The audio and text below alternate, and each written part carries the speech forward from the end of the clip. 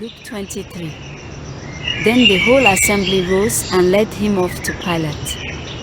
And they began to accuse him, saying, "We have found this man subverting our nation. He opposes payment of taxes to Caesar and claims to be Messiah, the king." So Pilate asked Jesus, "Are you the king of the Jews?" "You have said so," Jesus replied. Then Pilate announced to the chief priests and the crowd, "I find no basis for a charge against this man." But they insisted, "He stirs up the people all over Judea by his teaching. He started in Galilee and has come all the way here." On hearing this, Pilate asked if the man was a Galilean. When he learned that Jesus was under Herod's jurisdiction, he sent him to Herod, who was also in Jerusalem at that time. When Herod saw Jesus, he was greatly pleased, because for a long time he had been wanting to see him. From what he had heard about him, he hoped to see him perform a sign of some sort. He plied him with many questions, but Jesus gave him no answer. The chief priests and the teachers of the law were standing there, vehemently accusing him. Then Herod and his soldiers ridiculed and mocked him. Dressing him in an elegant robe, they sent him back to Pilate. That day Herod and Pilate became friends. Before this they had been enemies. Pilate called together the chief priests, the rulers, and the people, and said to them, "You brought me this man as one who was inciting the people to rebellion. I have examined him in your presence and have found no basis for your charges against him. Neither has Herod, for he sent him back to us. As you can see, he has done nothing to deserve death.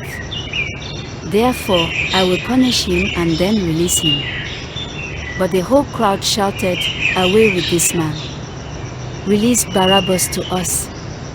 Barabbas had been thrown into prison for an insurrection in the city and for murder.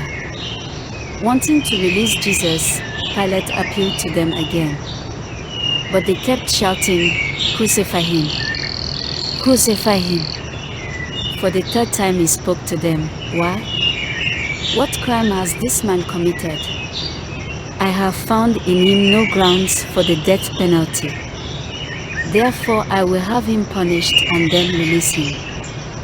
But with loud shouts they insistently demanded that he be crucified, and their shouts prevailed. So Pilate decided to grant their demand. He released the man who had been thrown into prison for insurrection and murder, the one they asked for, and surrendered Jesus to their will. As the soldiers led him away, they seized Simon from Cyrene, who was on his way in from the country, and put the cross on him and made him carry it behind Jesus. A large number of people followed him, including women who mourned and wailed for him. Jesus turned and said to them, "Daughters of Jerusalem, do not weep for me, weep for yourselves and for your children. For the time will come when you will say, 'Blessed are the childless women, the wombs that never bore and the breasts that never nursed.' Then they will say to the mountains, 'Fall on us,' and to the hills, 'Cover us.' For if people do these things when the tree is green, what will happen when it is dry?" 2 other men, both criminals, were also led out with him to be executed. When they came to the place called the Skull, they crucified him there, along with the criminals, one on his right, the other on his left. Jesus said, "Father, forgive them, for they do not know what they are doing." And they divided up his clothes by casting lots.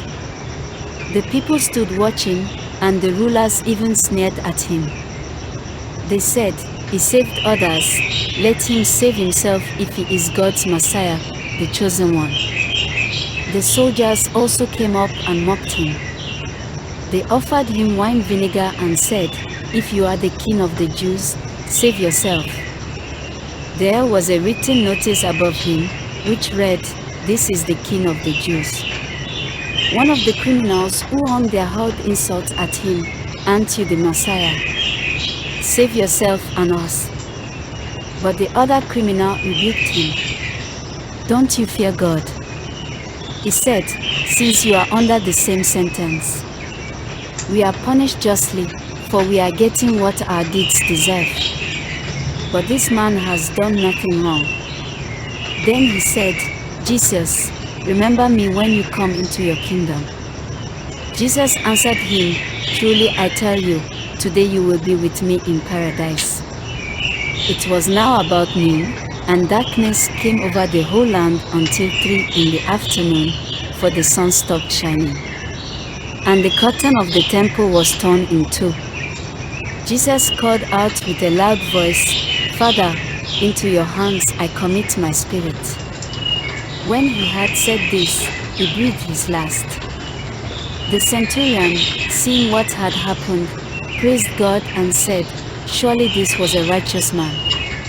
When all the people who had gathered to witness this sight saw what took place, they beat their breasts and went away.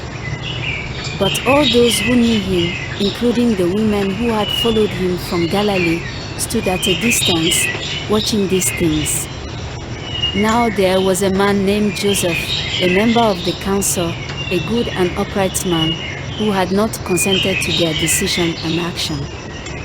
He came from the Judean town of Arimathea, and he himself was waiting for the kingdom of God. Going to Pilate, he asked for Jesus' body. Then he took it down, wrapped it in linen cloth, and placed it in a tomb cut in the rock, one in which no one had yet been laid. It was preparation day, and the Sabbath was about to begin.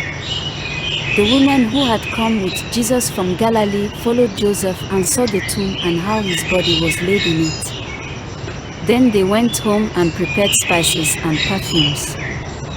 But they rested on the Sabbath in obedience to the commandment.